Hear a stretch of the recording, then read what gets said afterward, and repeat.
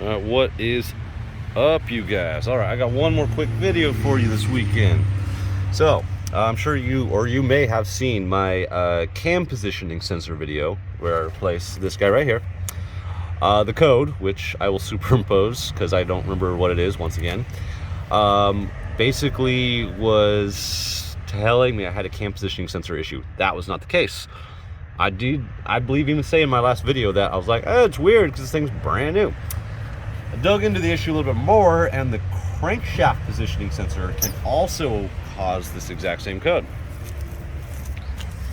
Oh my god. And I had a heck of a time finding this sucker. There we go. I'm on the passenger side, right behind the tire. You look up through here. And, oh god. Alright. See that plug right there? That plug is going directly into the crankshaft positioning sensor. Like with all the other ones, you basically just pull out the little red pin at least halfway, then go ahead and disengage the plug, and then hopefully you can see that. Oh my god, no, you're not gonna be able to see it.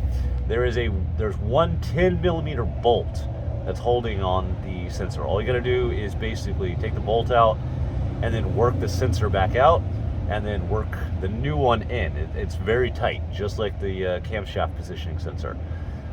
This did correct the error, so this was the cause right here.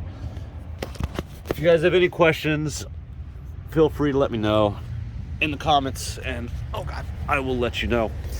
The battery's out right now, but it did correct the issue, and the system's running fine with no check engine light. So, you know, sweet. Like, follow.